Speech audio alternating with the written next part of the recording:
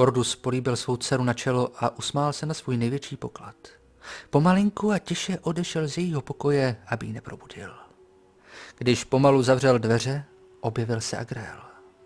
Tak co, už spí? Kordus přikývl. V jeho obličeji šla spatřit nadrženost.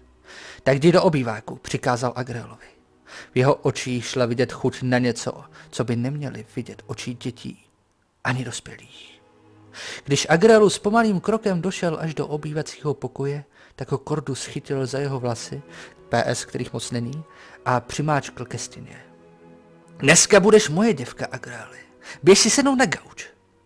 Když si Agrél sedl, tak ho Kordus chytil za temeno hlavy a přimáčkl jej ke stolu. Je čas! Zaplatíš mi za všechny urážky! Vyberu si to v naturálích. A bude se ti to líbit. Budeš mě prosit, abych nepřestal.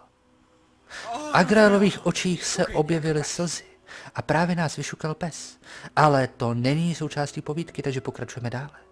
Prosím, ne, já mám ledničku. Proč to neuděláš? Pokud to neuděláš, tak ti ji dám. Prosím. Kordus se velmi škodolibě usmál. To jsi měl rozmyslet dřív, než jsi se mnou začal natáčet. Agrél, smířený svým osudem, souhlasil. Plivni mi do pusy a řekni, že jsem tvoje děvka. Kordus si stáhl své kalhoty i s boxerkami. Jeho chlouba byla už tvrdá.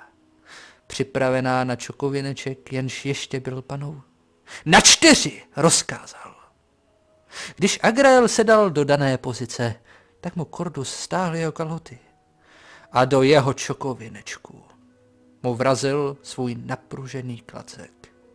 Bože, au, kurva, prosím, pomalu. Ne, já určuji, jak to budu dělat. Drž hubu. Žádná kurvička, žádná lednička. Agrélovi z očí teklo čím dál více slz. Ano, pane. Po 10minutovém přirážení. Už budu. Naplním ti tu tvou díru. Vybělím tě. Zavzdychal vzrušený Kordus, přitom mačkal Agrélovu chlupatou řeč.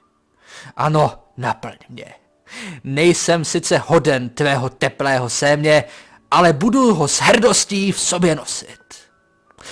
Tak, a pohádky je konec a z Agréla teklo sémě teplé.